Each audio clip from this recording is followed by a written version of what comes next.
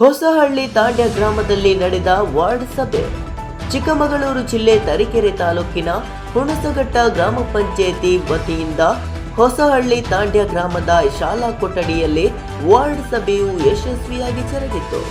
Ward ಸಭೆಯ ಅಧ್ಯಕ್ಷತೆಯನ್ನು ಗ್ರಾಮ ಪಂಚಾಯಿತಿಯ ಪ್ರಭಾರಿ ಅಧ್ಯಕ್ಷರಾದ ರಮೇಶ್ ನಾಯಕ್ ವಹಿಸಿಕೊಂಡಿದ್ದು, ಅವರು ಮಾತನಾಡಿ ಗ್ರಾಮದಲ್ಲಿ ಕುಡಿಯುವ ನೀರಿನ ಯೋಜನೆಯನ್ನು ಮುಂದಿನ ದಿನಗಳಲ್ಲಿ ಸಮಸ್ಯೆಗಳು ಉದ್ಭವವಾಗದೇ ಇರುವ ರೀತಿಯಲ್ಲಿ ಕ್ರಮ ಕೈಗೊಳ್ಳಲು ಪ್ರಯತ್ನಿಸುವುದಾಗಿ ಹೇಳಿದರು.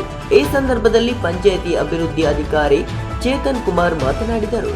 ಕಾರ್ಯಕ್ರಮದಲ್ಲಿ ಗ್ರಾಮ ಪಂಚಾಯಿತಿ ಮಾಜಿ ಅಧ್ಯಕ್ಷೆ ಹಾಗೂ ಹಾಲಿ ಸದಸ್ಯರಾದ ವಿನೋದಬಾಯಿ, ಮಲ್ಲೇಶ್ ನಾಯಕ್, ಚೇತನ್ ಕುಮಾರ್, ಮಂಜುನಾಥ್ ಹಾಗೂ ಸಿಬ್ಬಂದಿ ವರ್ಗದವರು ಮತ್ತು ಗ್ರಾಮಸ್ಥರು ಭಾಗಿಯಾಗಿದ್ದರು.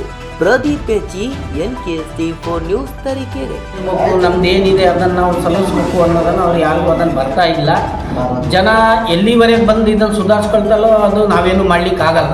ಏಕೆಂದರೆ ಎಲ್ಲದನ್ನು ಬಿಟ್ಟು ನಾವು ಗ್ರಾಮ ಸಭೆ ವಾರ್ಡ್ ಸಭೆ ಅಂತೇಳಿ ಎಲ್ಲ ಪಂಚಾಯತಿಯಲ್ಲಿ ಮಾಡ್ದಂಗೆ ನಮ್ಮಲ್ಲೂ ಮಾಡೋಕ್ಕೆ ಶುರು ಮಾಡಿದಾಗ ಯಾರು ಬಂದೇ ಇದ್ದಾಗ ನಾವೇನು ಮಾಡಲಿಕ್ಕಾಗಲ್ಲ. ಸಮಸ್ಯೆ ಇದ್ದಾಗ ಬರ್ತಾರೆ, ಬಂದೇ ಇರೋದು ಏನು ಮಾಡಲಿಕ್ಕಾಗಲ್ಲ. ಆಗಲಿ ಸರಿ. ಈಗ ನಮ್ಮ ಪ್ರದೀಪ್ ಅವ್ರು ಹೇಳ್ದಂಗೆ ನೀರಿನ ಸಮಸ್ಯೆ ಸರಿ ಮಾಡಲಿಕ್ಕೆ ಏನು ಬೇಕೋ ಅದನ್ನೆಲ್ಲ ಪ್ರಯತ್ನ ಮಾಡ್ತೀವಿ. ಇಡೀ ನಮ್ಮ ಬಾಡಿ ಇದೆ, ನಾವೆಲ್ಲರೂ ಇದ್ದೀವಿ, ಗ್ರಾಮ ಪಂಚಾಯತಿ ಮೆಂಬರು, ಅಧ್ಯಕ್ಷರು, ಉಪಾಧ್ಯಕ್ಷರು, PDO ಎಲ್ಲ ಸೇರಿ ಅದೇನು ಸರಿ ಮಾಡಲಿಕ್ಕೆ ವ್ಯವಸ್ಥೆ ಆಗ್ತದೋ ಆ ವ್ಯವಸ್ಥೆ ಮಾಡ್ತೀವಿ. ಈ ಮುಂದಿನ ದಿನದಲ್ಲಿ ಮತ್ತು ಆ ರೀತಿ ಸಮಸ್ಯೆ ಆಗ್ದಂಗೆ ನೋಡ್ಕೊಂತೀವಿ. ಇಷ್ಟು ಹೇಳಿ ನನ್ನ ಮಾತನ್ನು ಮುಗಿಸ್ತೇವೆ. ನಮ್ಮ ಮೂಲಭೂತ ಸೌಕರ್ಯದಲ್ಲಿ ಕೊರತೆ ಉಂಟಾದರೆ ಅದರ ಹೊರತುಪಡಿಸಿ ಬೇರೆ ಇಲಾಖೆಗಳ ಏನಾದರೂ ಸಮಸ್ಯೆಗಳಿದ್ದರೆ ನೀವು ಇಲ್ಲಿ ಮುಖ್ಯವಾಗಿ ಚರ್ಚೆ ಮಾಡ್ಬೋದು. ಹಾಗೆ 2025-26ನೇ ಸಾಲಿನ ಮಹಾತ್ಮ ಗಾಂಧಿ ರಾಷ್ಟ್ರೀಯ ಉದ್ಯೋಗ ಖಾತ್ರಿ ಯೋಜನೆಯ ಆಯವ್ಯಯ ತಯಾರಿಕೆಯನ್ನು ನಾವು ಕೂಡ ತಯಾರಿಸ್ತೀವಿ. ಅದರ ಅನ್ವಯ ನೀವು ಯಾವುದೇ ವೈಯಕ್ತಿಕವಾಗಿ ಆಯಿತು ಸಾಮುದಾಯಿಕವಾಗಿ ಕಾಮಗಾರಿಗಳನ್ನ ಕೈಗೊಳ್ಳಲು ಅವಕಾಶ ಇರುತ್ತೆ. ವೈಯಕ್ತಿಕವಾಗಿ ನೀವು ಕೃಷಿ ಹೊಂಡ, ಕೃಷಿಗಾಗಿ ನಂತರ ದನ ಕೊಟ್ಟಿಗೆ, ಇನ್ನೂ ಈ ರೀತಿ ಮತ್ತು ಅಡಿಕೆ ತೋಟ, ಬಾಳೆ, ತೆಂಗು, ಈ ರೀತಿ ತುಂಬ ಹಲವಾರು ಒಂದು ಕಾರ್ಯಕ್ರಮಗಳನ್ನ ನೀವು ಹಲವಾರು ಕಾರ್ಯಕ್ರಮ ಕೈಗೊಂಡು ನೀವು ಸಹಾಯಧನ ಪಡಿಬೋದು.